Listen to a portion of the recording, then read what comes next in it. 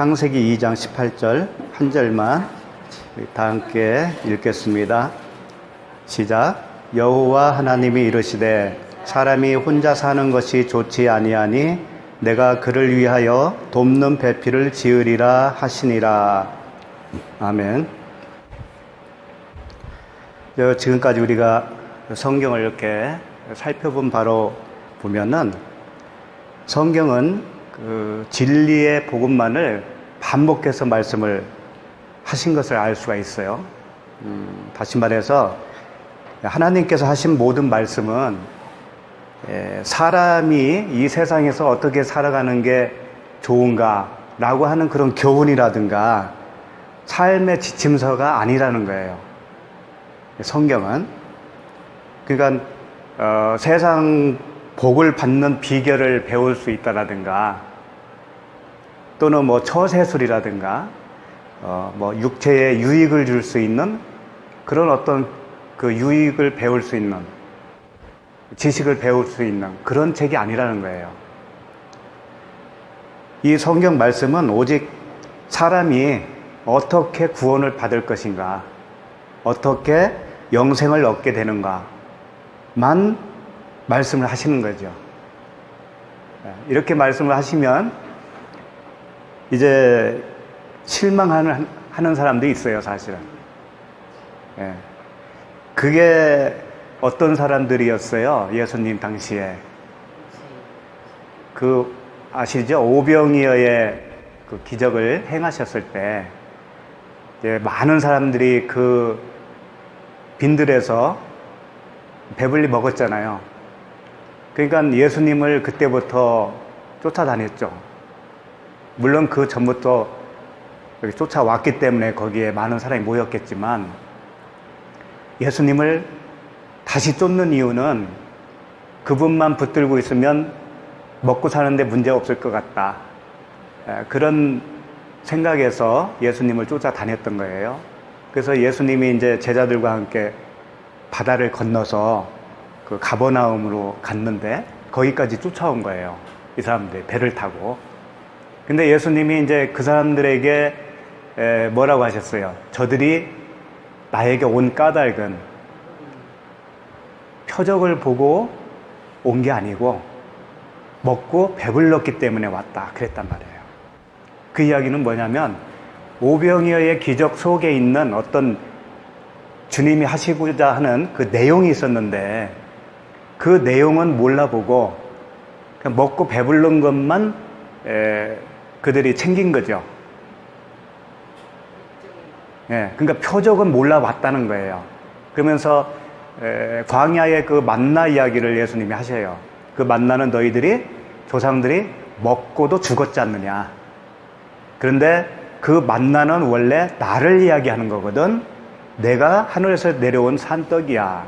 나를 먹으면 영생을 얻는 거야. 이렇게 말씀하셨단 말이에요.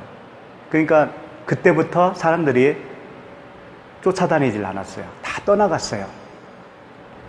떠나가니까 예수님이 제자들에게 말씀하셨죠. 너희도 가려느냐 그랬잖아요. 그러니까 베드로가 뭐라고 그랬어요?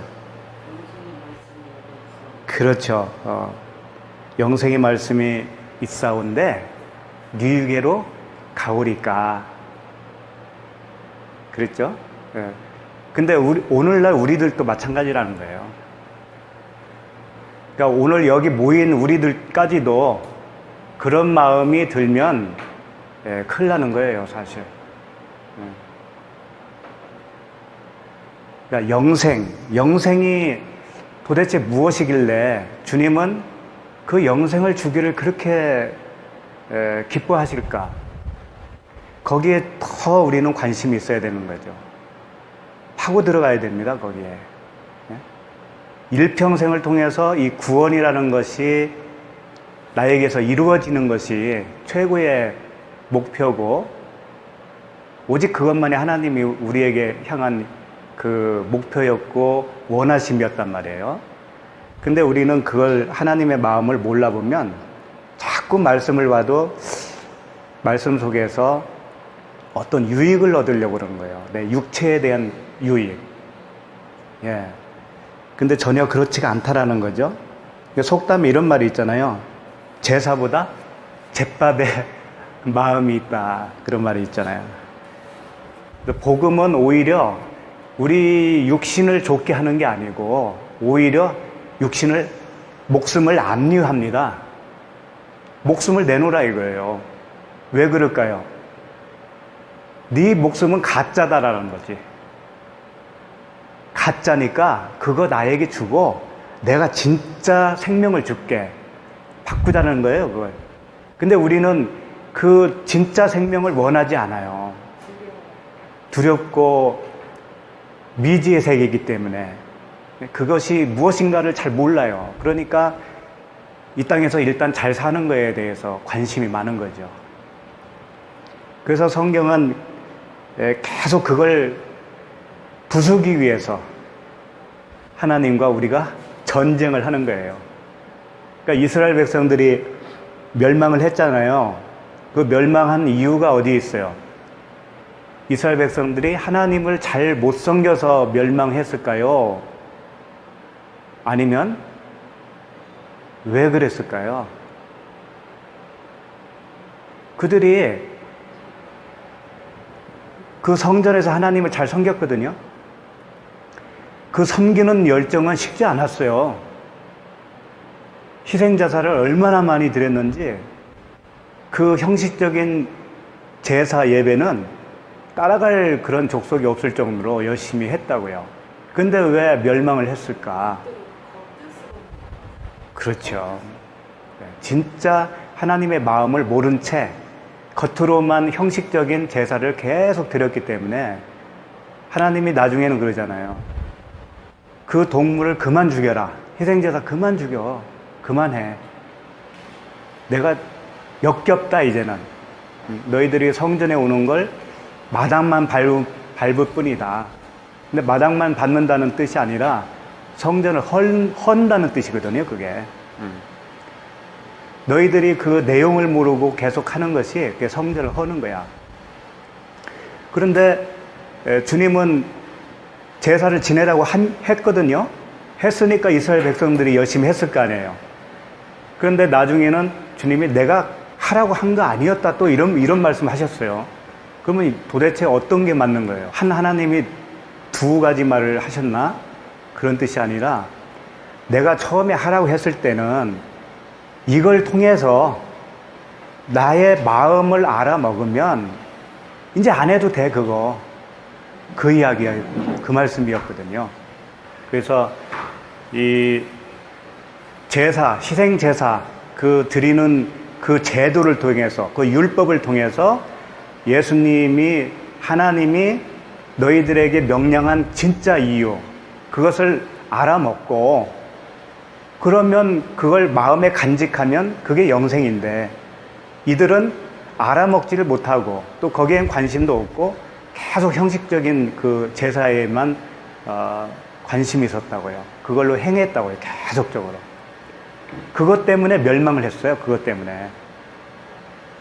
그럼 우리들에게도 그걸 적용을 하면 우리도 그 하나님의 말씀을 진짜 그 속뜻을 못 알아보고 계속적으로 예배를 드린다든가 헌신을 한다든가 물질을 드린다든가 하는 모든 그 종교 행위가 오히려 하나님께 대해서 화를 먹는 거예요. 화를 불러일으키는 거예요. 그래서 우리가 망하는 거라니까요. 결국은. 결국 그게 망하는 거예요. 그러니까 서두에 제가 세상에서 내가 잘 사는 길을 성경에서 배우는 거 아니다라고 말씀을 드렸지만 사실은 그것도 맞기는 맞아요. 진짜는 거기에 있어요.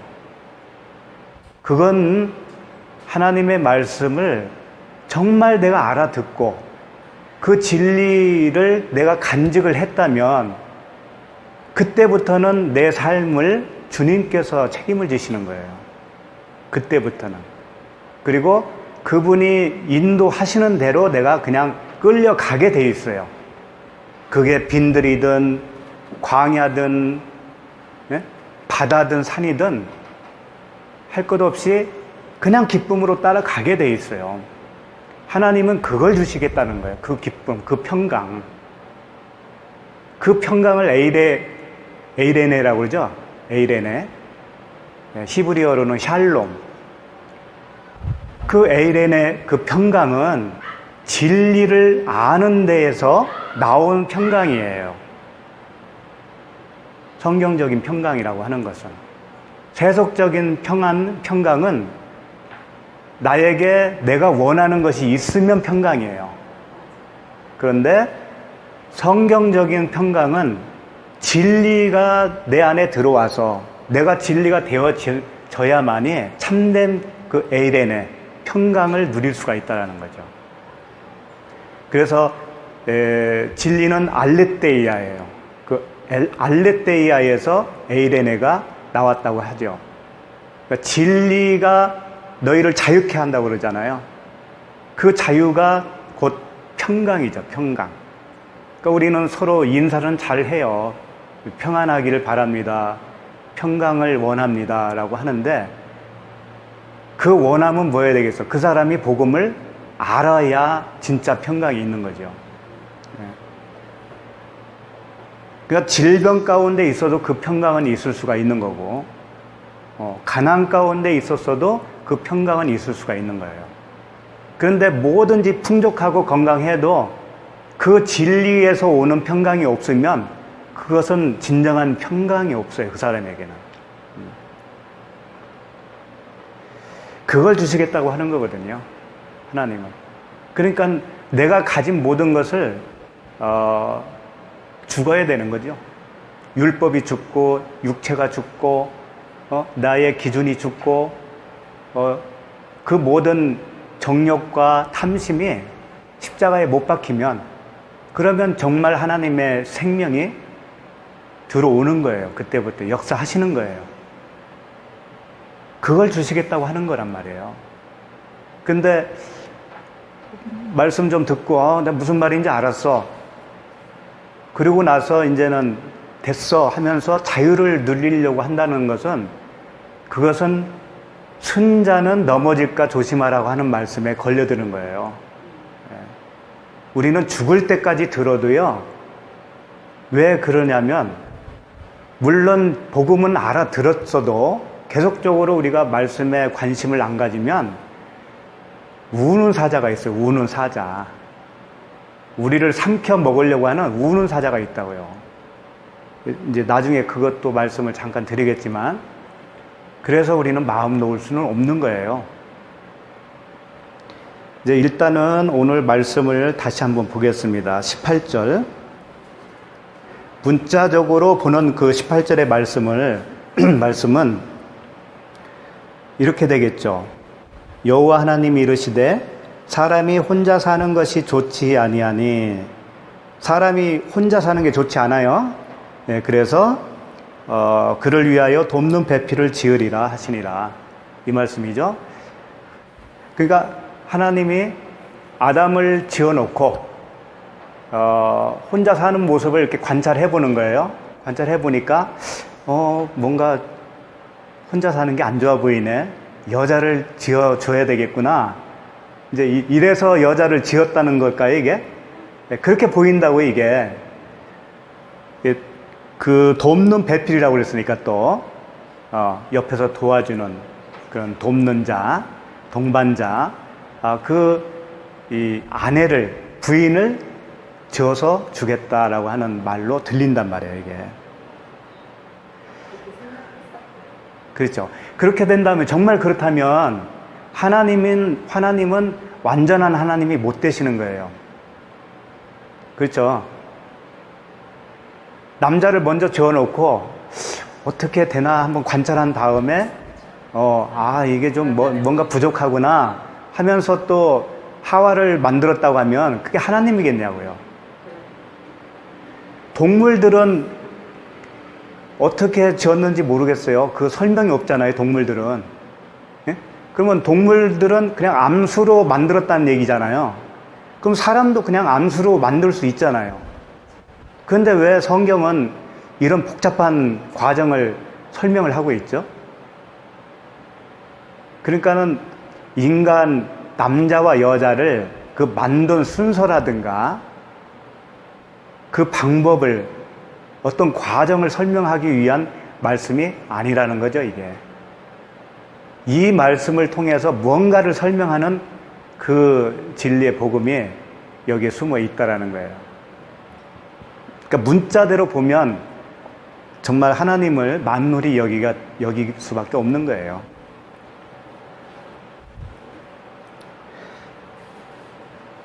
그러니까 이 말씀을 정말 사람이 혼자 사는 것은 좋지 않고, 결혼해서 이렇게 배우자와 결혼 생활을 통해서 사는 게 좋다라고 했다면, 그런 말씀이라면, 결혼 안 한 사람은 어떻게 될까요, 그러면?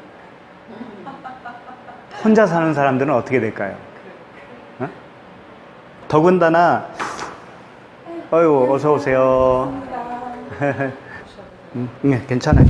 창세기 2장 18절입니다. 2장 18절 지금 하고 있는 중이었어요. 네, 보시면 돼요. 자, 다시 한번 말씀을 보겠습니다. 여호와 하나님이 이르시되 사람이 혼자 사는 것이 좋지 아니하니. 여기 이제 혼자 사는 것이 좋지 않다라고 했을 때, 좋지 않다라고 하는 말이 이제 로토브인데요. 하나님이 여섯째 날까지 창조를 하시고, 창조할 때마다 좋았더라 그러잖아요. 보시기에 좋았더라. 그 좋았더라가 이제 토브란 말이에요. 토브 앞에 로가 붙으면 좋지 않다 그런 얘기란 말이에요. 그럼 하나님이 좋다라고 하는 것은, 그것은 정말 좋은 거고 절대적인 선이에요. 하나님 기준에 의해서 평가되어지는 선이고, 하나님이 좋지 않다라고 하잖아요. 그러면 그것은 죄예요. 그건 악이에요. 그러니까 어느 정도 좀 뭔가 비교해서 안 좋은 거야 그런 뜻이 아니고, 하나님 기준에 의해서 좋지 않다라고 한다면 그것은 악한 거고요. 그건 죄고 그래요. 그렇다면 사람이 혼자 살면은 죄라는 거죠. 네. 혼자 살면 또 악이라는 거예요. 그러니까 이 내용은 지금 다른 이야기를 하고 있는 것이지, 사람이 결혼을 하지 않고 혼자 독신으로 살면 그게 악이고 그게 죄다 그런 말씀을 하려고 하는 건 아니겠죠. 네. 그리고 더군다나 고린도전서 7장 38절에 보면 이런 말이 있어요. 그러므로 결혼하는 자도 잘하거니와 결혼하지 아니하는 자는 더 잘하는 것이니라. 사도 바울이 이런 말을 했단 말이에요. 그러면 이 말씀과 충돌하잖아요. 이게 결혼에 대한 이야기라고 하면. 그죠? 사도 바울은 주님을 더 잘 섬기기 위해서, 그 복음을 위해서 결혼을 안 하고 자기처럼 사는 게 더 좋을 것 같다. 그런 말을 한 거단 말이에요. 그렇지만 하나님이 지금 아담이 혼자 사는 것이 악이다, 죄다라고 했다면 다른 이야기를 하고 있는 것이죠.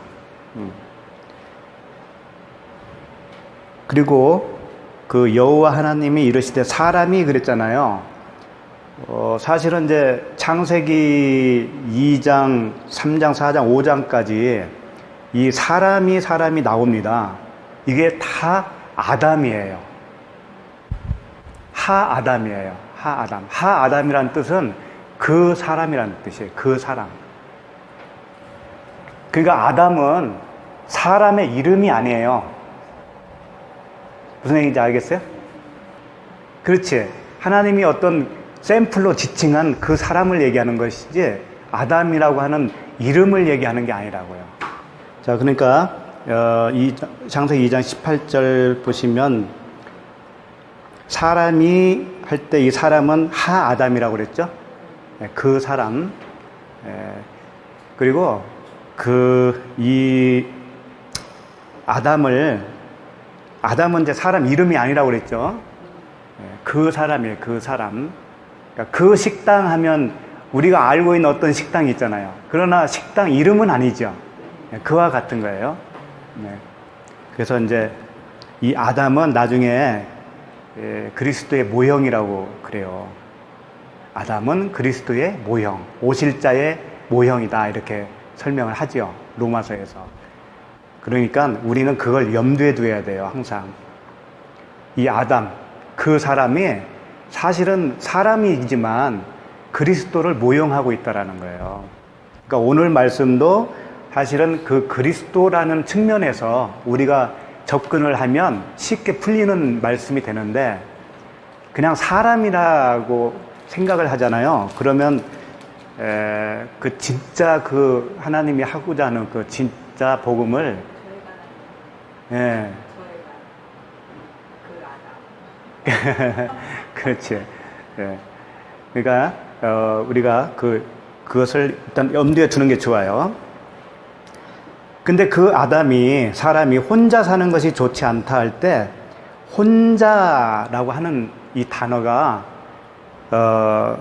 바드라고 하는데 그러면 이제 혼자 산다라고 우리는 이제 그 한글로 들었을 때 어떤 생각을 하냐면 원래 이제 둘이 이렇게 살아야 되는데 떨어져서 혼자 사는 거 그걸 얘기하는가 보다라고 생각하기가 쉽죠.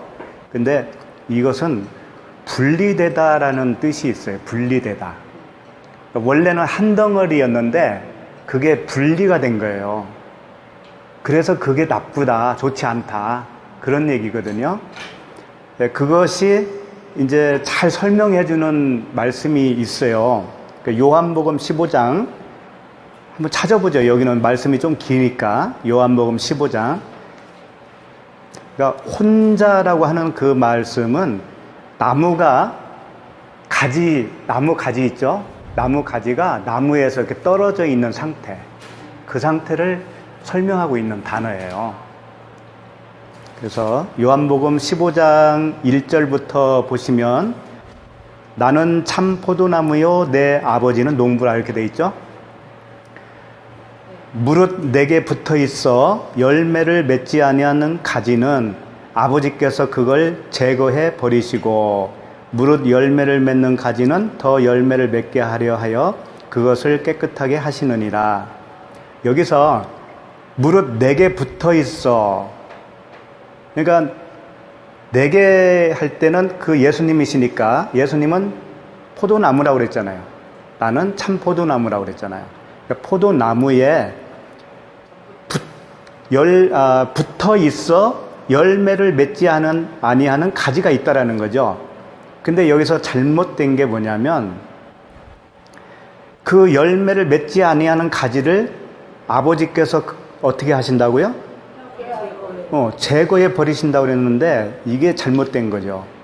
제거라고 번역은 돼 있지만 이게 아이로라고 하는 단어인데 들어 올리다라는 뜻이 있어요. 들어 올리다. 그러니까 가지가 나무 원 줄기에 붙어만 있으면 사는 거예요. 떨어져 있어야 죽는 거지. 그러니까 여기서 이 말씀은 지금 붙어 있기는 한데 어떤 가지는 열매를 잘 맺는 가지가 있고 어떤 가지는 열매를 못 맺는 가지가 있다라는 거예요. 그럼 열매를 못 맺는 가지는 올려준다는 거예요. 올려준다. 햇빛을 잘 받아서 그 열매를 맺을 수 있도록 올려준다. 그런 뜻이란 말이에요. 제거한다라고 한 것은 잘못된 거라고 이게. 무슨 말씀인지 알겠죠? 제거는 그냥 완전히 떨어져 있는 것만 제거하는 거예요. 그 말씀은 이제 나중에 나오죠. 그러니까 열매를 잘 맺을 수 있도록 이렇게 들어주는 거예요. 그런 단어예요. 무릇 열매를 맺는 가지는 더 열매를 맺게 하려 그것을 깨끗하게 한다. 이제 말씀이 되는 거죠. 3절. 너희는 내가 일러준 말로 이미 깨끗하여졌으니. 자, 가지가 나무에 붙어 있는 그 상황을 3절에서는 이렇게 표현을 한 거예요. 3절에서는. 깨끗해진 거. 깨끗해진 것이 가지가 나무에 붙어 있는 상황이라고요. 근데 뭘로 깨끗했다고 그래요? 그렇죠. 내가 일러준 말이라고 그랬죠. 그래서 말은 로고스는 맞아요. 로고스는 맞는데 여기서 일러준 그 단어가 날레오예요. 날레오. 날레오는 뭐냐면 네마 있잖아요. 네마. 네마에서 나온 일러준다, 알려준다, 말하다 그런 뜻이거든요. 그러니까 로고스는 그냥 글자의 그대로 로고스를 말씀을 한 게 아니고 그 글자 안에 있는 그걸 풀어서 글자 안에 있는 내용으로서 말해줬다 그런 얘기예요. 예, 속뜻으로 주님이 그 속뜻으로 말씀을 해주신 것으로 인해서 너희들이 깨끗하게 된 거다. 너희들이 나무에 붙어있게 된 거다. 그런 말씀이에요, 이게. 4절, 내 안에 거하라. 나도 너희 안에 거하리라. 가지가 포도나무에 붙어있지 아니하면, 이제 여기는 이제 붙어있지 아니하면이잖아요. 붙어있지 아니하면 스스로 열매를 맺을 수 없음 같이. 맞죠? 스스로 열매를 맺을 수가 없어요, 가지는. 너희도 내 안에 있지 아니하면 그러하니라. 그러니까 가지가 그 포도나무에 붙어있지 않는다라는 뜻을 어떻게 설명했냐면 내 안에 있지 아니하다라고 지금 이렇게 표현한 거죠. 똑같은 말이란 말이에요. 그러니까 우리가 가지에 붙어 있으려면, 가지가 나무에 붙어 있으려면 일단은 깨끗해야 그래야 되겠죠? 순서가.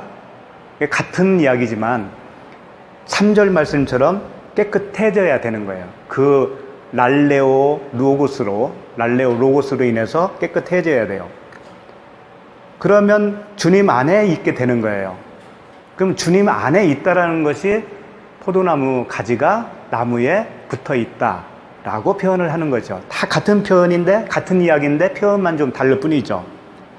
5절, 나는 포도나무여 너희는 가지라. 그가 내 안에, 내가 그 안에 거하면 사람이 열매를 많이 맺나니 나를 떠나서는 너희가 아무것도 할 수 없음이라. 그런데 주님 안에 거하지 않고 떠나서는 아무 열매를 맺을 수 없다라고 돼 있는데, 사람은 그렇게 생각을 안 하거든요. 사람은 내가 열매를 맺었다라고 생각을 해요. 그게 문제인 거예요, 그게. 그래서 이제 그것을 확인해 나가야 되는 것이죠.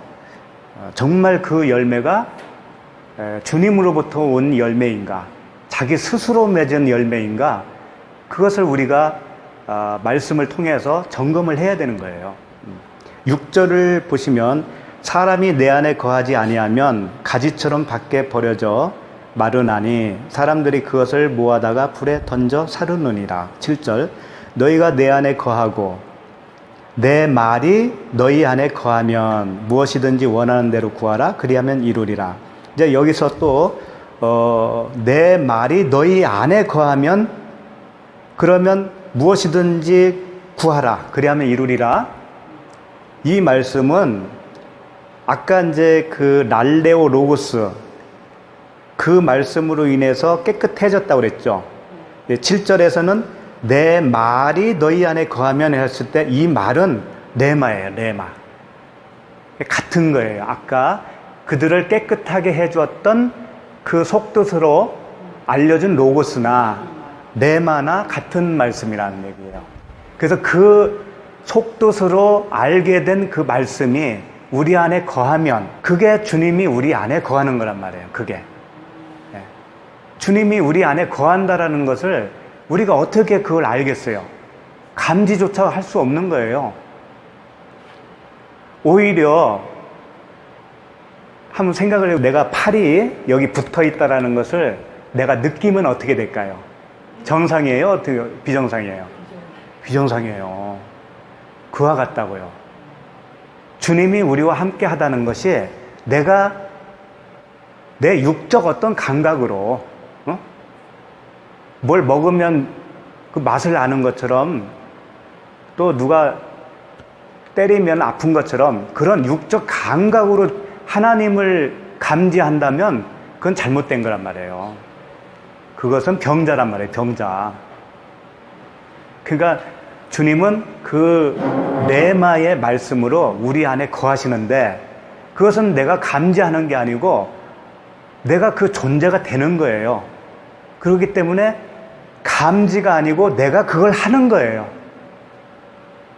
어? 내가 그대로 살아가는 거라고요. 무슨 말씀인지 알겠죠? 네. 떨어져 있으면 내가 볼 수가 있죠. 그래서 저건 저렇다 저렇다 설명을 할 수가 있잖아요. 떨어져 있으면. 자동차 안에 내가 운전을 하죠. 그러면 내 자동차 껍데기를 볼 수 있나요? 못 봐요. 근데 밖에 있는 사람은 더 잘 알죠? 자동차를 설명을 할 수가 있다고요. 영적 세계도 그런 거예요. 내가 그 영적인 그 말씀 안에 들어가잖아요? 그러면 설명을 못해. 내가 그 안에 들어가 있기 때문에. 근데 나와 있는 사람은 설명을 해. 뭔가 자꾸. 그런데 그게 가짜일까요? 진짜일까요? 그거 가짜예요, 그게. 그래서 진리는 이신전심으로 아는 거지. 같이 된 사람은 대화를 나눠보면 그 이신전심이 있다고요. 말이라고 하는 것은 표현하는 한계가 있기 때문에 못하는 거예요. 그래서 예수님이 육신을 입고 오셔서 설명을 하셨잖아요. 복음을 설명을 했어도 못 알아듣잖아요. 그래서 예수님이 뭐라고 했냐면 결국은 내가 죽고 다른 보혜사를 보내야 그 보혜사가 너희에게 들어가야 네가 아는 거야. 그건 거예요. 그러니까 우리들도 복음을 다 설명 못하는 부분이 많잖아요. 그죠? 이렇게 설명하기는 좀 어렵지만 알기는 알아. 그런 거죠. 그래서 진리는 말로 표현하는 순간 비진리야, 그게. 그러니까 어떻게 해야 되느냐면은 말로 표현하는 것은 비유라고 생각하시면 돼. 비유. 근데 그 비유를 진짜로 알아들을 수 있게 하는 것은 성령이 개입을 하셔야만이 알아들을 수 있는 거예요. 그러니까 그런 말이 있잖아요. 개떡같이 이야기해도 찰떡같이 알아듣는다. 그게 우리들에게도 다 적용이 돼야 된다고요. 제가 아무리 설명을 해도 여러분들 안에 성령께서 개입을 하시면 내가 비진리로 얘기하는데 여러분 속에서는 진리로 받아들인단 말이에요. 아무리 그런데 내가 또 뭘 얘기해도 속에서 역사하는 이가 없으면 다 그걸 또 비진리로 받게 돼 있고요. 그래서 어려운 거예요. 그래서 성령을 구하라고 한 거예요. 그래서 그 7절 말씀 보시면 너희가 내 안에 거하고 내 말이 할 때 이게 내마라고 그랬습니다. 내마가 너희 안에 거하면 무엇이든지 원하는 대로 구하라 그리하면 이루리라. 그랬으니까 잘 됐네. 무엇이든지 구하라고 그랬네. 이제 요걸 또 붙잡는다고요. 그러니까 예수님이 정말 자신 있게 이렇게 말씀을 하셨다라는 것은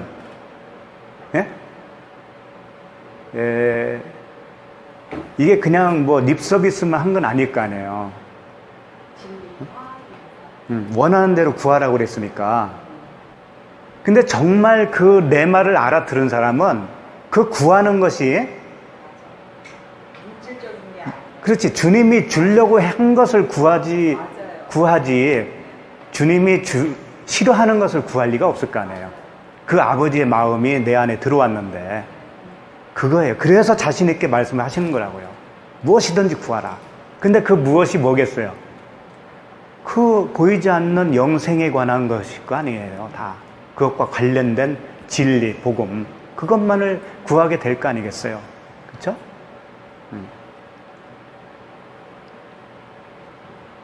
그러니까 이제 지금 이 말씀들을 보면서 혼자 산다는 거, 사람이 혼자 사는 게 지금 좋지 않다라고 했으니까 그게 결국은 주님과 함께 떨어져 있는 거, 함께 살지 못하고 떨어져 있는 상태, 그걸 말하는 거죠.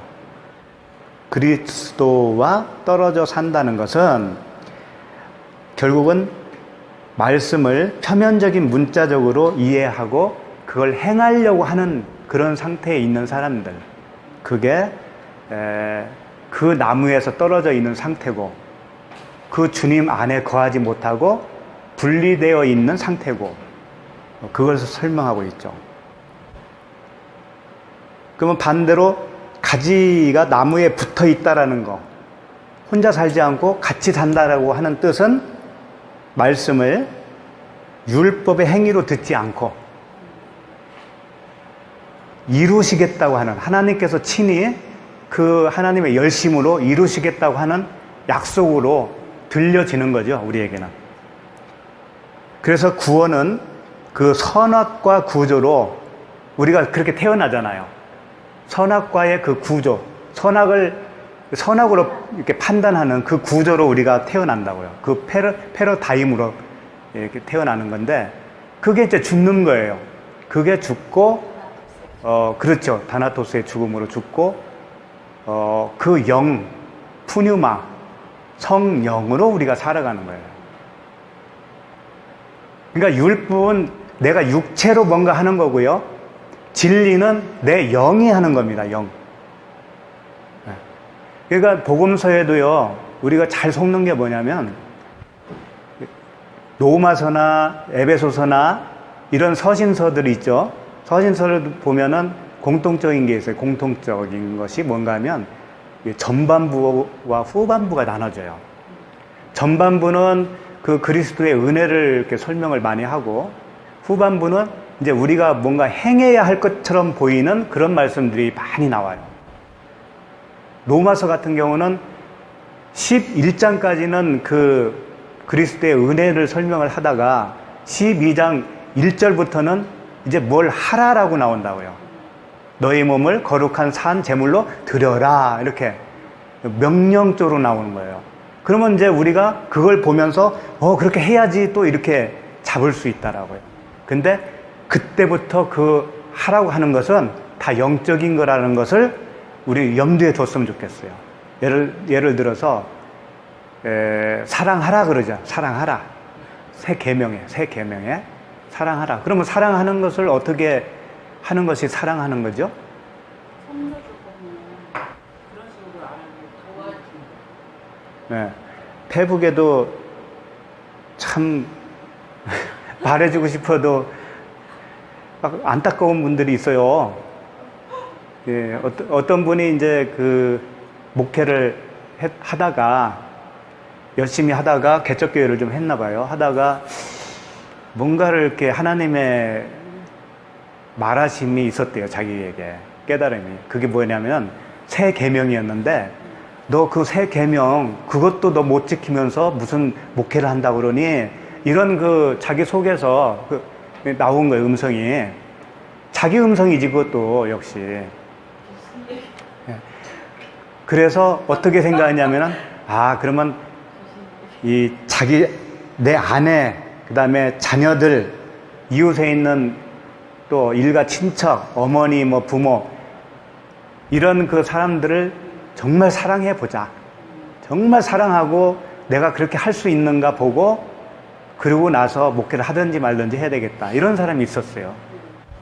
그래가지고 목회 접은 지가 한 7년 됐다라고 하는 그 페북에 올렸더라고요. 그래서 그분이 뭘 하고 있냐면은요, 그 새 계명이라고 하는 그것을 자기는 지금 실천 중이다 하면서 사진도 올리고 그러는데, 그 사진이 뭐냐면 장모님한테 가서 밥 사주고 또 찍고 또 아이들하고 가서 놀아주고 찍어오고 그런 거예요.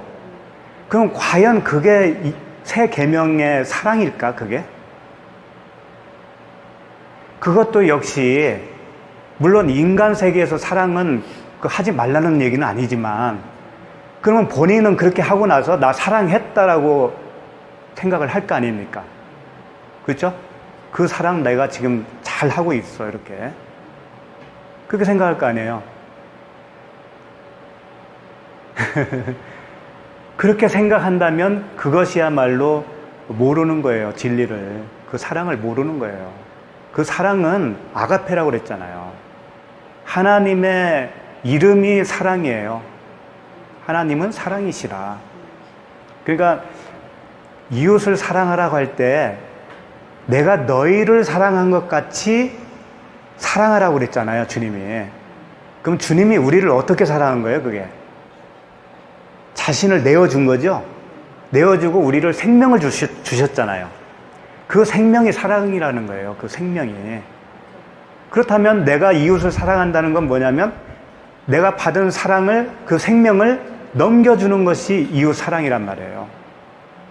그러니까 쉽게 말해서 하나님을 주는 거, 전달해 주는 거, 그게 이웃 사랑인데 그것을 어떤 인간적인 어떤 행위의 사랑으로서 바꿔버리면 그것은 정말 몰라도 한참 모르는 거죠. 안타까운 거예요. 그러니까 눈이 가렸으니까, 눈이 가려지면 그 방향으로 도저히 생각을 못 해요. 그리고 그것을 사랑이라고 생각을 안 합니다, 또. 그 진리를 전해주는 그 사랑이 그게 무슨 사랑이야? 그거 나도 하면서 얼마든지 할 수 있어. 이렇게 생각한다고요. 그런데 그렇게 생각하고 있는 그분은 역시 진리를 모르는 거예요. 그게. 굉장히 그게 쉬운 것 같아도요, 어려운 겁니다.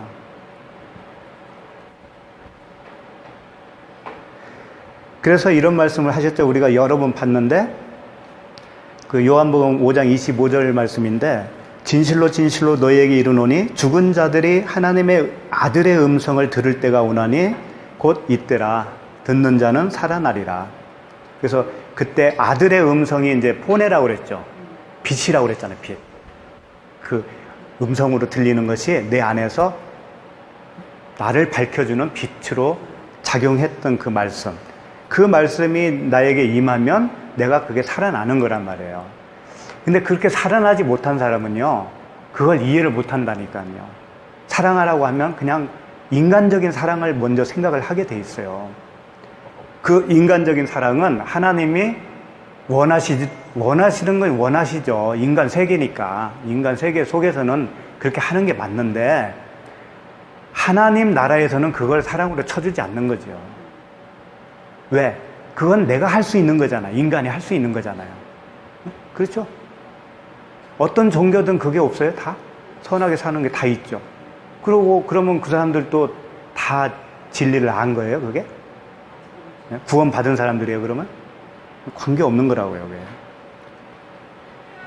이제 그 빌립보서 2장으로 한번 넘어가서 조금 더 깊이 알아봤으면 좋겠어요. 빌립보서 2장 12절 말씀.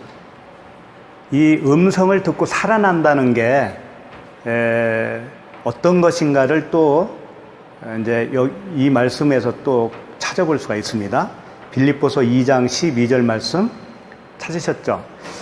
여기 보시면 그러므로 나의 사랑하는 자들아 너희가 나 있을 때뿐 아니라 더욱 지금 나 없을 때에도 항상 복종하여 두렵고 떨림으로 너희 구원을 이루라. 이제 빌립보서니까 빌립보 교회에게 보낸 서신이겠죠. 사도 바울이 빌립보 교회에서 복음을 전했어요.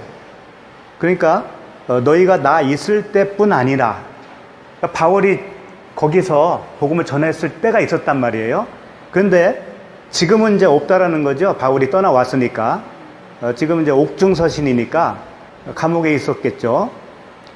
그런데 항상 복종하여 두렵고 떨림으로 너희 구원을 이루라는 거예요. 내가 거기서 복음을 전할 때나 내가 지금 떠나와서 감옥에 갇혀 있을 때나 너희들은 항상 복종하라는 거예요. 무엇을 어떻게 하는 게 복종이에요? 품고 있는 거, 진리를 품고 있는 거. 벌써 이렇게 달라요. 대답이 달라졌어요. 맞아요. 이 복종은 히파쿠오라고 하는 단어인데, 아쿠오가 듣다라는 뜻이거든요. 아쿠오. 근데 히파쿠오는 경청하다. 듣기는 듣는데 잘 알아듣는 걸 얘기하는 거예요. 그냥 아쿠오 하면 그냥 듣는 거고, 히파쿠오는 들을 때 그 내용으로 들을 수 있는 그런 상태. 그걸 얘기하는 거예요. 그러니까 복종이라고 하는 것이 히파쿠어인데요. 잘 듣는 게 복종이라는 거예요. 무슨 얘기인지 알겠죠? 하나님의 말씀을 진리로 잘 듣는 거. 그게 복종이라는 거예요. 순종도 마찬가지입니다. 우리 교회에서 하나님께 순종하라, 목사님께 순종하라 이런 말 많이 듣잖아요. 하나님께 진정으로 순종하는 것은 하나님의 말씀을 진리로 내가 잘 듣는 거. 그게 복종이고 순종입니다. 그거 하나밖에 없어요. 그걸 못했기 때문에 이스라엘이 멸망한 거예요. 그걸 못해서. 그 잘못 들으니까 계속 희생 제사를 드렸을 거 아닙니까? 그러니까 제발 좀 그만해. 나 역겹다. 그랬던 거 아니에요. 그러니까 복종은 그 진리의 말씀으로 잘 듣는 겁니다. 그 이야기는 거예요. 지금 그 사도 바울이 잘 알아들어 너희들. 그리고 복종하여 두렵고 떨림으로. 이 두렵고는 포보스라고 하는 단어인데, 두렵다라고 하면 왠지 뭐예요? 조폭 앞에 가면 두렵잖아요. 그렇죠? 또 나에게 어떤 어려운 일 당하면 두렵고, 근데 그런 두려움이 아니고 이런 거예요.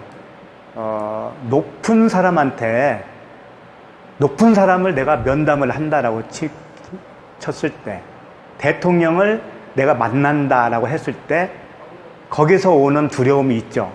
그것은 그분한테 얻어 터질까봐 어떤 그 두려움이 아니고 경외심에서 나온 두려움. 경외함이라고 보면 돼. 경외함. 응? 하나님을 경외함으로 대하라. 존경하는 그 마음으로 그 진리의 복음을 들어라. 그런 얘기예요. 하나님을 경외하라는 얘기입니다. 존경하라는 얘기예요. 그게 두렵고라고 이게 이제 번역을 해 놓은 거예요. 그 다음에 떨림으로는 트로모스라고 하는 단어인데, 역시 같은 맥락으로 보면 돼요. 이 떨림이 이제 뭐 이렇게 두려움에서 오는 떨림이 아니고, 그 경외함에서 오는 그 떨림이 있어요. 경외함으로 인해서 오는 거룩한 떨림. 뭔지는 이해하겠죠? 그런 단어입니다. 예. 예. 그래서 내가 비굴하게 뭐 되어진다 그런 뜻이 아니고, 자존심이 아니고, 나도 같이 그분처럼 그분으로 인해서 평가가 되어지는 높아짐이 있을 거 아니에요. 그죠? 그랬을 때 오는 그 경외감, 떨림, 이런 것이에요. 그러니까 복종을 하면 이것은 그냥 따라오는 태도라고 볼 수 있죠. 말씀을 잘 이해해서 들으면, 진리로서 들으면 나머지는 그게 딸려온다고요. 태도가 나온다고요. 그냥 막 사는 게 아니잖아요, 우리가. 그렇죠? 네. 그러니까 지금 사도 바울이 다 진리를 설명하고 있는 거예요, 이게. 네. 그러니까 내가 전하던, 내가 그 현장에 있든지 떠나 있든지 너희들은 항상 그 말씀을 이해할 때 그렇게 진리로서 항상 이해를 해야 된다. 그걸 잊지 말아라. 그런 얘기죠. 그런데 이제 반대로 그렇게 복종을 안 하게 되면 어떤 현상이 생기겠냐? 그걸 좀 보자고요. 그렇지. 방종이겠지. 디모데전서 5장 6절입니다. 디모데전서 5장 6절. 향락을 좋아하는 자는 살았으나 죽었느니라. 여기서 이제 향락이 뭔가요? 향락. 옛날 개혁 개정에는, 개혁 개정이 아니죠. 개혁 한글에는 일락이라고 그랬어요. 일락을 좋아하는 사람. 들어봤죠? 예. 그럼 향락이라고 했으니까, 어떤 그 유흥, 그런 거잖아요. 노는 거. 그러니까 이제 교회도 자주 안 가고, 교회에서 뭐 이제 구역 예배 하는데 빠지고 놀러 간다든가, 여행 간다든가, 일요일날, 주일날, 놀러 가느냐고 예배를 안 드린다든가, 그런 것들이 다 향락이라고 생각할 수가 있죠. 우리적인 그 단어의 뉘앙스가. 근데 그게 아니고, 향락은 이제 스파탈라우라고 하는 단어인데, 내가 감지하는 대로 사는 걸 얘기하는 거예요. 그러니까 복음의 진리의 복음이 들어오지 않으니까 내가 형성된 어떤 것이 있어요. 그게 비진리간이에요. 율법이죠. 그 율법으로 내 존재가 되어 있는 상태에서 그 율법으로 인해서 나오는 감각이 있을 거 아니에요. 예를 들면 뭘까? 이런 게 있겠지? 주일날 교회를 누군가가 빠졌어. 그러면 어떻게 얘기해요? 율법으로 똘똘 뭉친 사람들은. 어? 그 빠지면 되나? 이럴 거 아니에요. 어? 잘 나와야지. 예배는 드리고 어디 가더라도 드려야지. 뭐 이럴 거 아니에요. 그게 감각으로 나오는 말이란 말이에요, 그게 향락이라니까, 그게 향락. 향락을 좋아하는 자는 살았으나 죽었느니라. 그게 사는 게 아니라는 거예요, 그게. 복 받으려면 뭘 잘해야 된다, 뭘 잘 내야 된다고 그러잖아요. 11조. 떼먹지 말고. 그게 향락이라니까, 그게. 이제 이렇게 말을 하면 정말 돌 들은 사람도 많이 있겠지. 응? 이해를 못하면. 그러니까 육적인 감정만 사실로 아는 거, 그걸 얘기하는 거거든요. 그러니까 현실적인 그런 그 논리로서 신앙생활을 하는 거예요. 현실적인 논리로서. 하나님은 우리가 하나님을 잘 섬기면 하나님도 좋아하시고 하나님도 우리에게 복을 준다? 이게 논리지 않습니까? 굉장한 논리죠. 그게 뭐, 그렇게 얘기하면 틀리다는 사람이 어디 있어요? 모든 종교가 다 그런데. 근데 그게 향락이라는 거예요. 그게 스파탈라오라고 하는 단어예요. 현세적인 사람이죠. 현실적인. 말씀을 문자로 이해하는 사람, 진리로 볼 줄 모르고 율법으로 보는 사람. 그렇게. 그런 사람들은 겉으로 보기에는요, 좋아 보입니다. 인간의 눈에는, 저 사람은 참 멋있다, 열심이다, 선하다, 신앙 좋다, 믿음 좋다. 다 그렇게 판단할 수도 있어요. 그렇지만 성경에서 이야기하는 향락은 그런 게 아니란 말이에요. 그렇게 멋져 보이고 믿음 좋아 보이고 신앙생활 잘해 보이는 것이 오히려 향락일 수가 있다는 거죠. 그걸 지적하고 있는 거예요, 지금 디모데전서에서. 그래서 이제 정말 그 안에 있는 영이 죽었는가 살았는가. 아까 향락을 좋아하는 사람은 살았으나 죽었다고 그랬잖아요. 인간의 눈에는 살아있어. 그런데 하나님의 눈으로 볼 때는 죽은 건데, 그것을 어떻게 분별하겠는가? 이제 그 부분을 좀 보면 좋겠어요. 요한일서 4장 6절입니다. 요한일서 4장 6절 말씀. 우리는 하나님께 속하였으니, 이제 여기서 우리는 누구겠어요?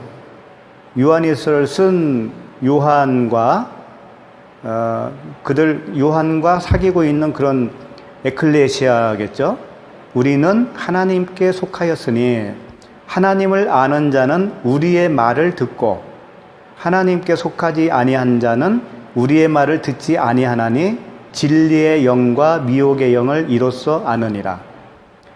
그러니까 우리의 말을 할 때 우리의 말은 성경입니다. 우리가 볼 때 우리가 보는 말은 그렇잖아요. 기록된 성경입니까? 이 말을 진짜 진리로 말을 할 때 그것을 안 들으면 미혹의 영이다, 그런 얘기예요. 그런데 누가 그럼 진리 말을 좀 진짜 진리가를 또 어떻게 아냐 말이에요. 참 어렵겠죠. 그래서 그것은 아까도 우리 잠깐 나눈 얘기처럼 서로가 알아요. 그건 서로가 안다고. 네. 그 사람의 말을 보면 알고 글을 보면 알아요. 비진리는 비진리끼리 또 이렇게 뭉치게 돼 있고 서로 그게 좋아라 하고 그 글을 좋아하고 그 말을 좋아해요. 비진리는. 진리는 그런 글, 그런 말을 들으면 대번에 알아요. 금방 안다고요. 네. 페이스북을 보면 알 거예요. 글을 보면 금방 이해가 가죠. 이것은 좀 이상해. 뭐 이런 감이 오잖아요. 그래서 그 영이 다르다라는 것을 알 수가 있어요. 우리들이 다 스스로가 알 수가 있다고요. 자, 그러면 이제 마지막 우리 오늘 18절 창세기 2장 18절 이제 끝에 보면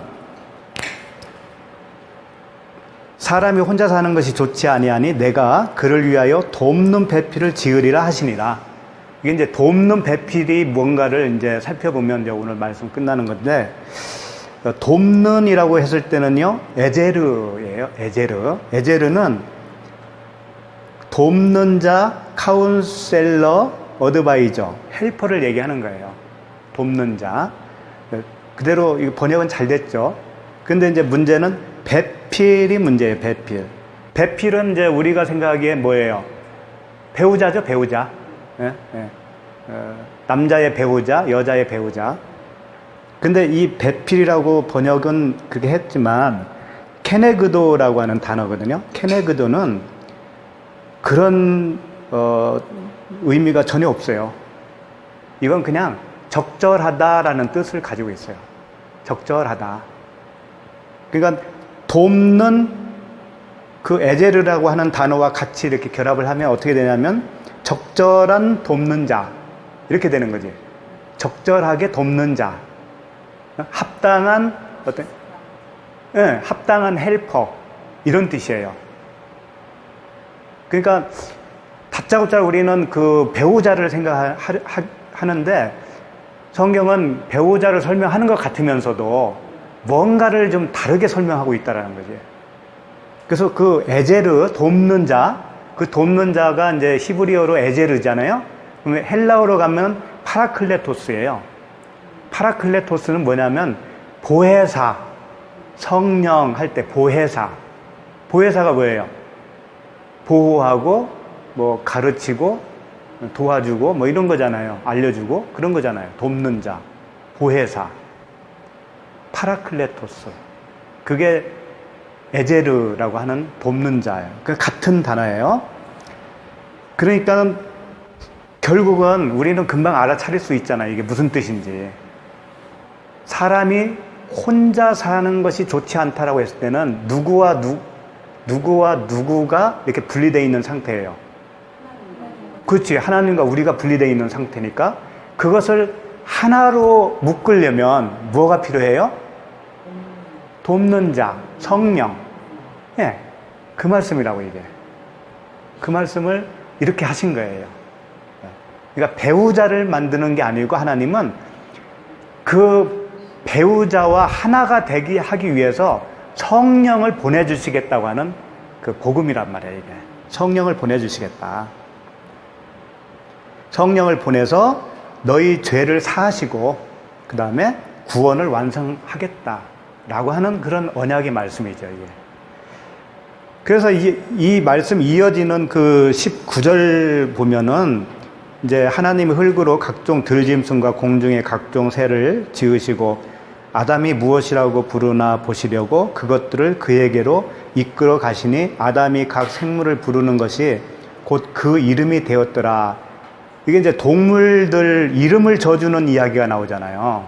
그 다음에 이 이야기가 끝나면 21절 보면 여호와 하나님이 아담을 깊이 잠들게 하시니 잠들매 그가 그 갈빗대 하나를 취하고 살로 대신 채우시고 여호와 하나님이 아담에게서 취하신 그 갈빗대로 여자를 만드시고 그를 아담에게로 이끌어 오시니, 그러니까 이제 여기서 여자를 만드는 또 광경이 벌어지잖아요.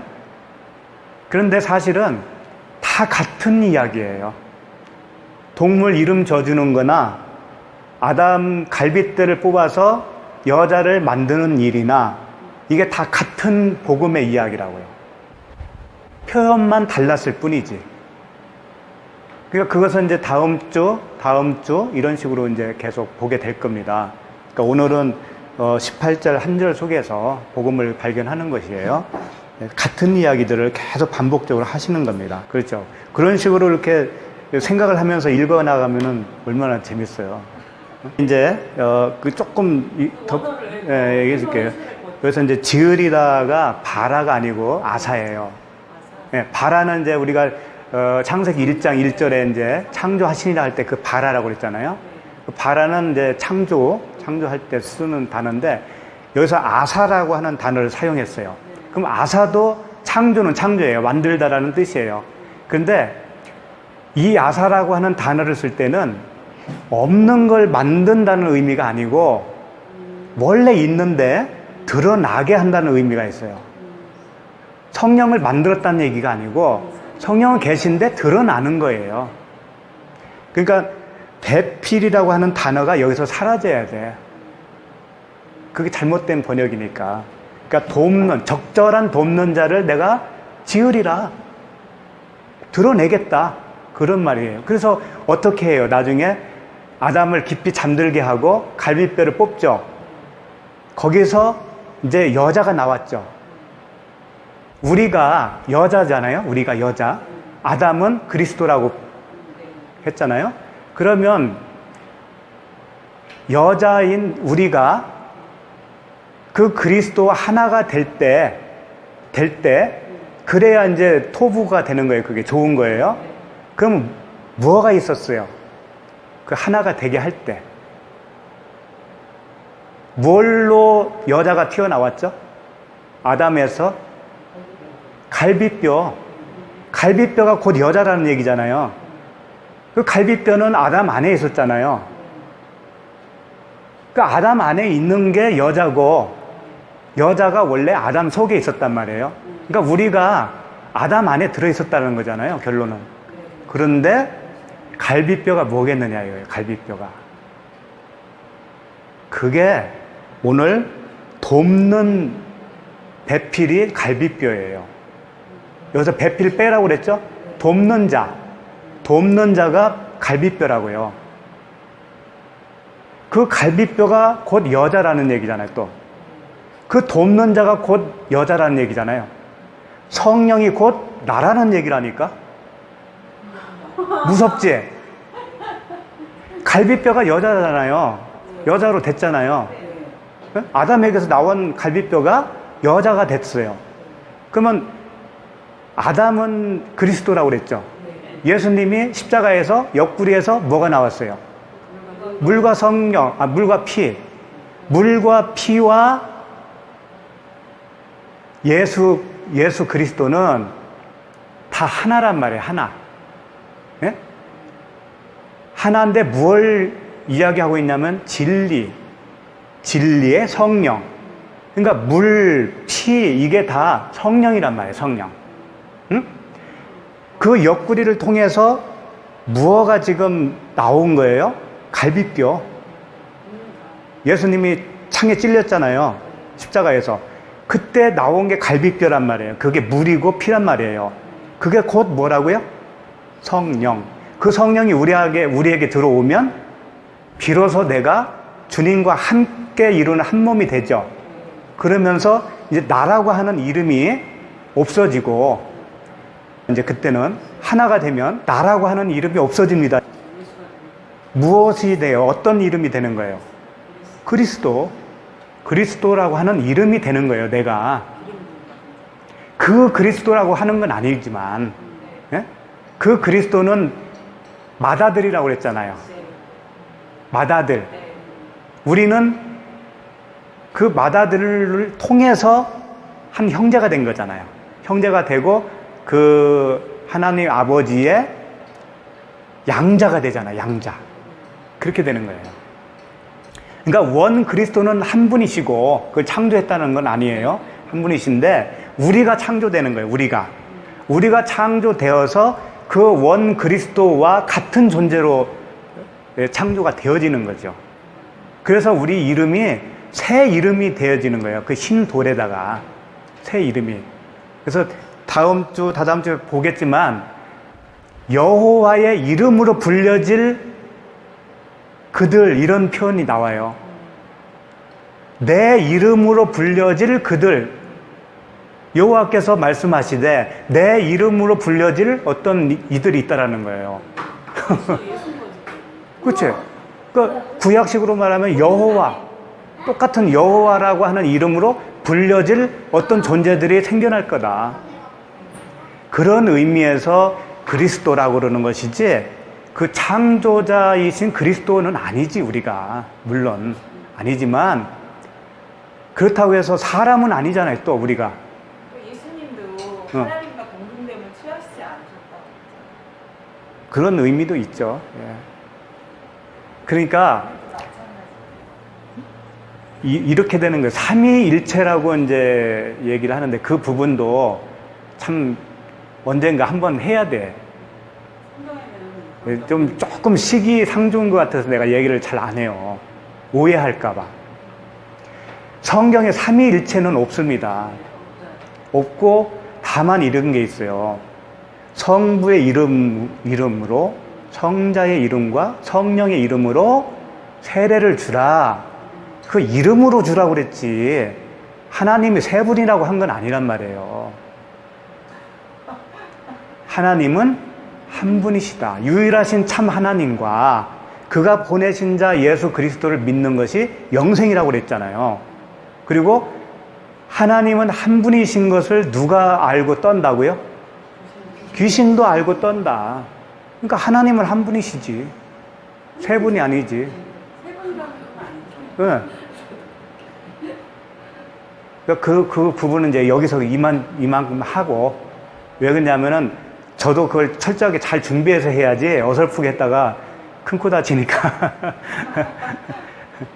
그러니까 이제 굳이 말하려면은 삼위 하나님이 아니고 수 없는 위가 있는 하나님이 되는 거예요. 우리가 아들 하나님이 됐으니까 그렇게 말할 것 같으면 이것은요 그냥 우리 머리로 이해할 수 있는 것은 아니에요. 그리고 그게 그렇게 중요한 건 아니니까 너무 거기에 치우칠 필요는 없어요. 뭐 내가 어떻게 주장한들 뭐 지금까지 수천 년 이렇게 지나온 그런 이론이 그 교리가 하루아침 없어질 리도 없는 거고 원죄론 하나만 가지고도 이야기하기도 버겁습니다. 지금 이제 조금 심각해져요. 이제 여러분들도 심각해질 거예요. 좀 가면 다다음 주 되면 심각해질 거고 좀 더 가면 더 심각해져요. 왜? 내가 지금까지 배웠던 거하고는 좀 다르거든요. 그래서 저 양반이 뭔가 발톱을 숨기고 있다가 이제 드러내는 거 아닐까? 이런 오해도 또 있을 수 있는데 알고 보면 그게 진리라는 것을 인정하게 될 겁니다. 이미 페이스북에서 그 원죄론에 대해서 한번 내가 밝혔잖아요. 읽어보셨을 거예요. 그렇죠? 그거예요. 원죄라는 게 있는 게 아니고 우리 인간이 태어나면서부터 그런 존재로 일단 지어져 나오는 거예요. 거기서 구원하는 게 우리가 구원받는 거죠. 주님이 하나님의 말씀 중에 아버지가 이가 시리다고 해서 아들이 시리지 않다 그런 얘기도 있고 그렇잖아요. 그러니까 원죄라고 하는 것을 아담이 지은 죄가 이렇게 물려받아서 유전이 물려받듯이 그렇게 해서 우리가 그 죄를 가지고 있다라고 설명을 해왔단 말이에요. 그동안에. 지금도 원죄론이라고 목사님들이 다 원죄론으로 얘기하는 그렇죠. 근데 주님은 감사하게도 곳곳마다 그게 아니라는 말을 넣으셨어요. 그러니까 어떤 것은 복음이고 어떤 것은 복음 아닌 거 가지고 지금 많은 그리스도인들이 이렇게 살고 있는 겁니다. 그래서 이제 좀 한 번만 한 군데 더 보고 마치도록 하죠. 그러니까 이제 돕는 배필에 대해서는 이제 그 해결이 됐죠. 배필이라기보다는 적절한 돕는 자, 그 합당한 헬퍼, 그런 뜻이라고 그랬죠. 예, 그래서 그게 이제 물론 그 헬퍼를 통해서 배필을 만들어요. 그러니까 그 말도 틀린 건 아니야. 예? 그러나 주님은 그 배필이 먼저가 아니고 배필이 될 수 있는 성령, 그것을 말씀하시는 거란 말이에요. 그러니까 그렇게 되면 이제 성전이 되어지는 거죠. 그 적절한 헬퍼를 통해서 그 그리스도와 우리가 연합이 되어지면 그게 내 안에 있는 성전이잖아요. 우리 안에 있는 그 마음 성전이라고 그러죠. 그래서 뭐 너희가 하나님의 성전인 것과 하나님의 성령이 너희 안에 계시는지를 알지 못하느냐. 그러니까 결국은 복음이라는 것은 이 성령이 제일 중요하다는 거예요. 성령이 정말 내 안에 오셨느냐, 오시지 않았느냐, 이게 이제 판가름 되는 거예요. 그래서 예수님이 이런 말씀 하셨어요. 우리 이제 살펴본 거니까, 한번 봤던 이야기니까, 머리 둘 곳이 없다라는 말을 한 적이 있었잖아요. 여우도 굴이 있고, 또 뭐라고 했죠? 공중의 새도 거처가 있으되 인자는 머리 둘 것도 없다. 이 머리 둘 곳이 없다라는 것은 뭐라고 그랬죠? 그러니까 그 말을 알아듣는 사람이 없는 거지. 그렇지. 예. 그래서 이제 그 예수님의 그 머리를 받아서 이렇게 연합이 되어져야 되는데, 예. 한 번도 없다라는, 하나도 없다라는 거죠. 그래서 나중에 이제 예수님이 십자가에서 돌아가시면서 다 이루었다. 그러면서 머리를 숙이시니 영원히 떠나가시다. 그랬잖아요. 이제 그 부분 이해하던가요? 이해했죠? 네. 저번에 한번 설명해드렸죠. 그러니까, 머리를 숙인다 할 때, 숙인이는 아까 머리 둘 곳 할 때, 그 머리 둘 곳하고 같은 단어예요. 숙이다가, 클리노라고 하는 단어예요. 그게 의지할 곳이라고 하는 뜻입니다. 의지할 곳. 그러니까 주님이 머리 둘 곳이 없다 한다는 것은 그 머리를 어디다가 놓을 자리가 없다. 의지할 곳이 없다. 그런 뜻이고, 머리를 숙였다고 하는 것이 그겁니다. 그러니까 의지할 곳으로 지금 영혼이 떠나갔다. 그러니까 머리를 숙였다라고 하는 것은 그 머리가 그 있어야 할 곳으로 영혼이 떠나갔다 할 때, 떠나갔다라고 하는 말은 파라디도미라고 해서 전수하다, 그런 뜻이라고 했죠. 전수. 그러니까 머리를 그 있어야 할 곳으로 전수를 한 거란 말이에요. 그게 이제 내가 처소를 예비하면 너에게 오겠다라고 했을 때 그 처소가 바로 머리 둘 곳이죠. 우리들이죠. 그렇게 해서 이제 내 머리가 박살이 나고 그 그리스도라고 하는 머리가 얹혀지는 거죠. 그것을 설명한 것이 이제 에베소서 1장 10절인데, 한 절이니까 제가 읽어볼게요. 하늘에 있는 것이나 땅에 있는 것이나 다 그리스도 안에서 통일되게 하려 하심이라. 이게 이제 최종 목표란 말이에요. 하늘에 있는 것은 뭐예요? 진리라고 보면 되고, 쉽게 말해서 진리. 땅에 있는 건 비진리. 예, 우리는 다 비진리로 태어나니까. 예? 주님만 진리시죠.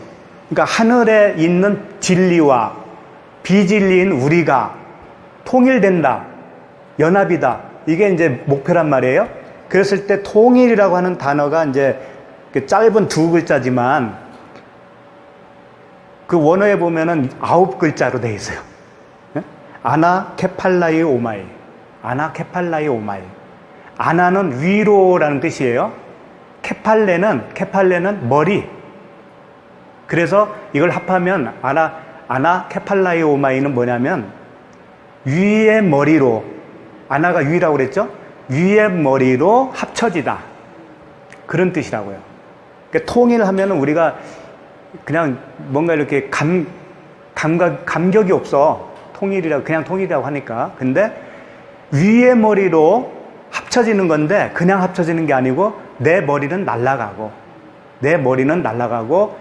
위에 머리에 내가 붙는 거예요. 그것을 통일이라고 한 거죠. 그게 이제 내가 성전이 되는 거고 주님과 연합이 이루어지는 거고, 여기서 남자가 혼자 사는 것이 좋지 않다라고 했을 때 그것이 이제 좋은 상태가 되는 것이고, 그 복음이죠. 그 아나케팔라이오마이, 예, 외워두면 좋아요. 통일. 아나는 위다. 케팔레가 머리인데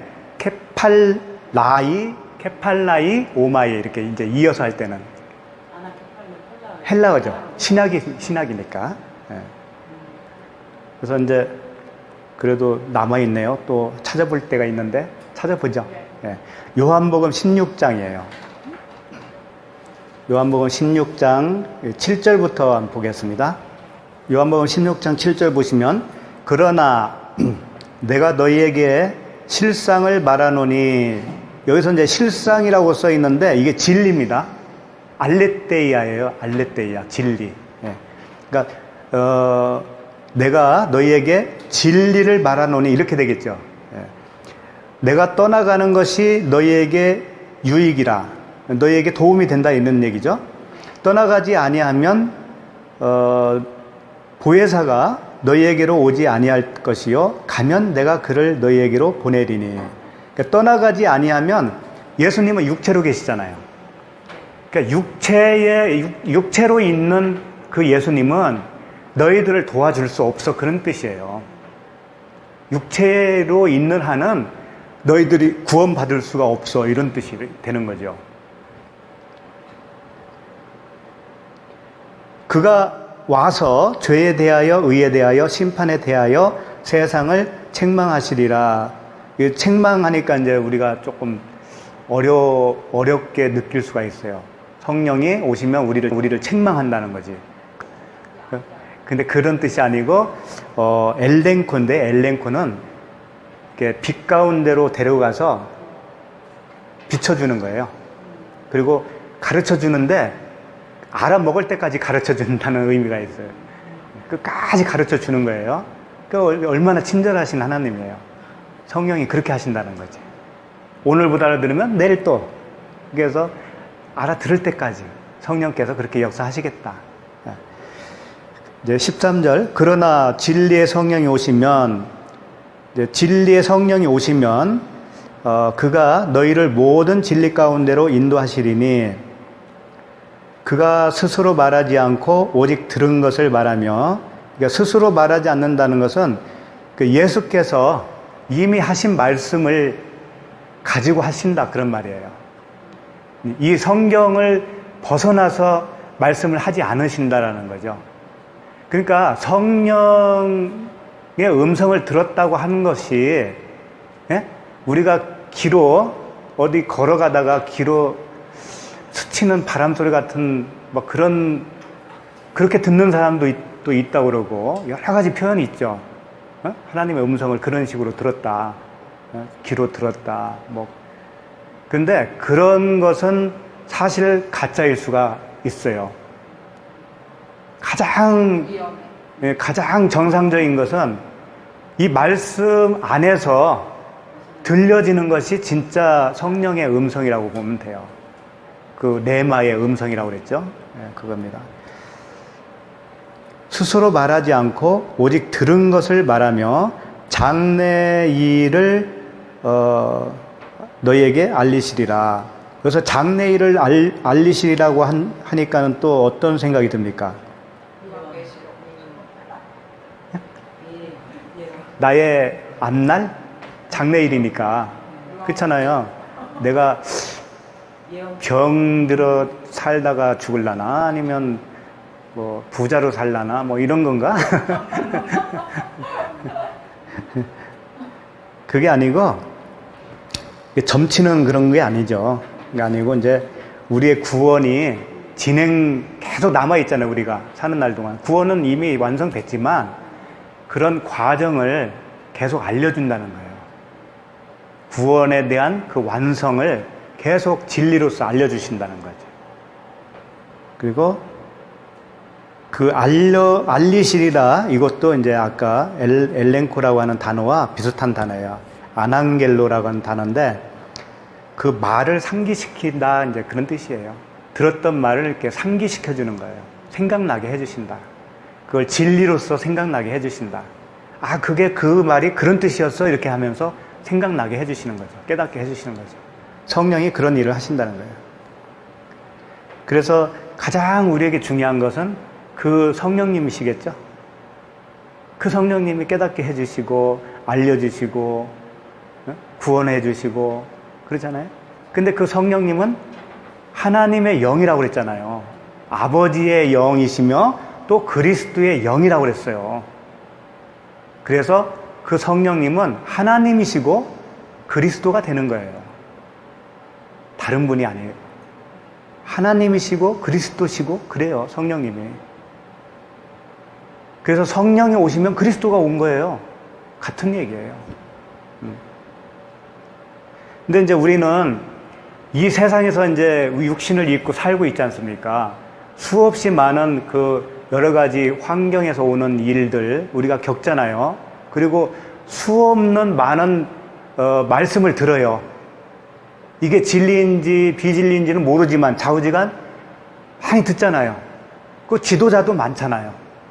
그렇기 때문에 베드로 사도가 그 부분에 대해서 좀 조심해라 라고 하는 부분을 우리가 찾아봅시다, 한번. 소경을 쫓아가면 안 돼? 그런 이제 그런 비슷한 얘기인데, 베드로전서 5장 8절이에요. 이제 조금 남았습니다.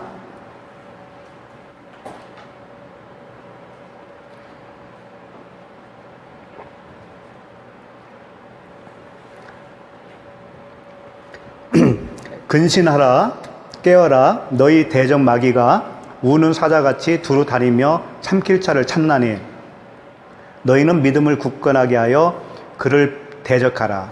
이는 세상에 있는 너희 형제들도 동일한 고난을 당하는 줄을 알미라. 이제 이 말씀을 하셨어요. 여기 보면 근신하라, 깨어라 그러죠. 근신하라가 뭘까요? 어떻게 하는 게 근신할까요? 근신하는 걸까요? 깨어라. 도대체 잠도 자지 말라는 얘기인가? 말씀은 경계하라. 경계하라. 경계하라. 근신하라. 근신하라가 뭐냐면 술 취하지 말라, 그런 뜻이에요. 그러니까 진짜 복음과 혼합하지 말아라. 가짜를 혼합하지 말아라. 이제 그 당시에도 그런 사람들이 많이 있었죠. 그 유대인 중에 이제 기독교인이 된 사람들이 있어요. 그 시대에. 그런 사람들은, 어떤 사람들은 이제 그 중에서 뭐 할례를 해야 된다는 등, 뭐 그런 그 율법을 가지고 들어온다고요. 혼합을 시켜요, 자꾸. 그런 사람들을 경계하는 거예요. 지금 베드로가 그런 얘기를 하는 거거든요. 그걸 이제 우회적으로 술 취하지 말아라, 그런 뜻으로 이렇게 설명을 하고 있는 거예요. 거기에 쏠리지 말아라. 그런 그 복음이 들어올 때는 빨리 도망가라. 차라리 듣지 말아라. 길을 닫아라. 그런 의미가 되겠죠. 그 깨어라라고 하는 것도 서서 이렇게 망 보는 그런 단어거든요. 서서 망을 보다, 그런 뜻이에요. 진리의 허리띠를 띠고 뭐 그런 이야기도 있죠. 서서 서 있다라는 것이 이제 깨어라, 그런 뜻이에요. 서서 뭐 하겠어요? 경계하고 초소에서 이렇게 경계를 보잖아요. 그런 걸 얘기하는 거예요. 그러니까 누가 비진리를 가지고 들어오나 그걸 잘 경계하고 있다가 누군가가 와서 그런 것을 퍼뜨리고 어지럽게 하면 단호하게 거기서 거부를 해야 된다. 그런 얘기죠, 이게. 그러면서 너희 대적 마귀가 우는 사자같이, 그러니까 마귀가 있는데 그 마귀는 우는 사자와 같이 두루 다니며 삼킬 자를 찾는데요. 그래서 전에도 이 말씀을 보면서 우는 사자가 뭘까 도대체, 그런 생각을 좀 했었거든요. 우는 사자. 그럼 우리는 그냥 마귀라고만 생각을 했잖아요. 근데 마귀는 실체가 없잖아요. 마귀는. 그러니까 사람이 마귀예요. 죄를 안 받으니까. 그렇지. 아까도 얘기했지만 그 비질을 가지고 있는 사람들, 그 사람들이 마귀란 말이에요. 나도 마귀였잖아요, 다. 근데 이제 이 사자라고 하는 그 단어는 이건 진짜 동물, 라이온 그 사자를 얘기하는 거예요. 그 사자 같다라는 얘기죠. 그 마귀는. 그걸 구약에서도 똑같은 그 사자를 통해서 그런 사람을 표현했더라고요. 그러니까 성경을 보면은 이랬다 저랬다 하지 않아요. 비유도 나쁜 걸로 사용하는 어떤 비유가 있었으면 그 소재를 계속 끌고 가더란 말이에요. 그러니까 일관성을 보여주고 있어요. 그래서 이제 스바냐 3장 3절인데 그냥 제가 읽을게요. 한 절이니까. 그 가운데 방백들은 부르짖는 사자요. 사자가 누구라고요? 방백들. 그 가운데 방백들은 부르짖는 사자요. 그러니까 방백이 그 당시는 이제 지도자를 얘기하는 거예요. 모든 지도자들을 통틀어서 방백이라고 한 거예요. 그들이 사자라는 거예요. 그리고 그의 재판장들은 이튿날까지 남겨두는 것이 없는 저녁 일이요. 이렇게 표현을 했어요. 그러니까 종교적인 재판관들, 그 재판관들은 일이래, 일인데 아침까지 그 먹거리를 남겨놓지 않고 싹 다 긁어먹는 그런 아주 나쁜 일이라는 거예요. 그러니까 우는 사자가 누구란 얘기야? 지도자들. 우리가 지도자의 영향을 받지 누구의 영향을 받아요? 그렇잖아요. 평신도가 뭐 어디서 뭘 배워가지고 아무리 떠들어봐야 그 영향을 줍니까 사실? 그런데 뭐 박사라든가 뭐 어디서 공부했다든가 외국에서 했다든가 그런 사람들이 이야기하면 그 권위에 의해서 그냥 넘어갈 수밖에 없어요. 그런 걸 얘기하는 거예요. 그게 우는 사자란 말이에요. 그게. 그 우는 사자가 돌아다닌다고 그러잖아요. 두루 다니며 삼킬자를 찾는다고 그러잖아요. 왜 찾을까요? 삼킬자를. 이 사람들은 돈이 배가 신이거든요.